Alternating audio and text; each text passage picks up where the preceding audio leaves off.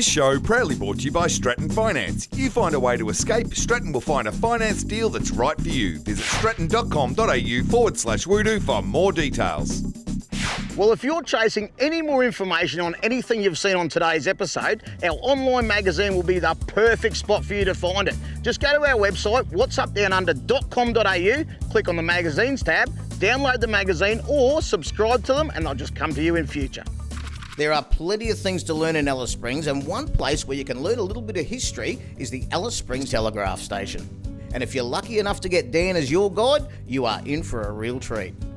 Well, we've just completed the tour of the old telegraph station here at Alice Springs, and Dan's our guide for the day. I thought I'd grab him and have a bit of a yak. Dan, interesting place you've got here, mate, because we get to look at it like it was once, obviously been restored. When did that happen? So Macca, the restoration took place between the 1960s and the 1980s.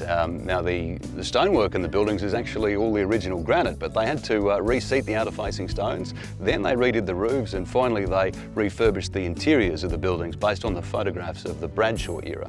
So when was everything kicked off originally? When did this start?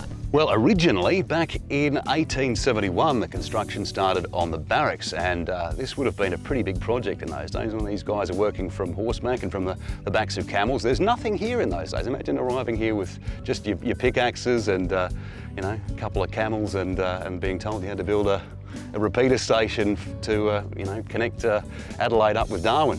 Yeah, pretty amazing job. I mean, it must have been absolutely daunting. And I think, you know, a lot of people probably don't see the significance of what this is, but without this buildings here, Alice Springs actually wouldn't even be here, would it? No, in terms of the European settlement of Central Australia, Alice Springs was the entire purpose of it. The purpose of it was to build a repeater station to send telegrams between Adelaide and Darwin. And what sort of things can people do when they come here, and what can they expect to see?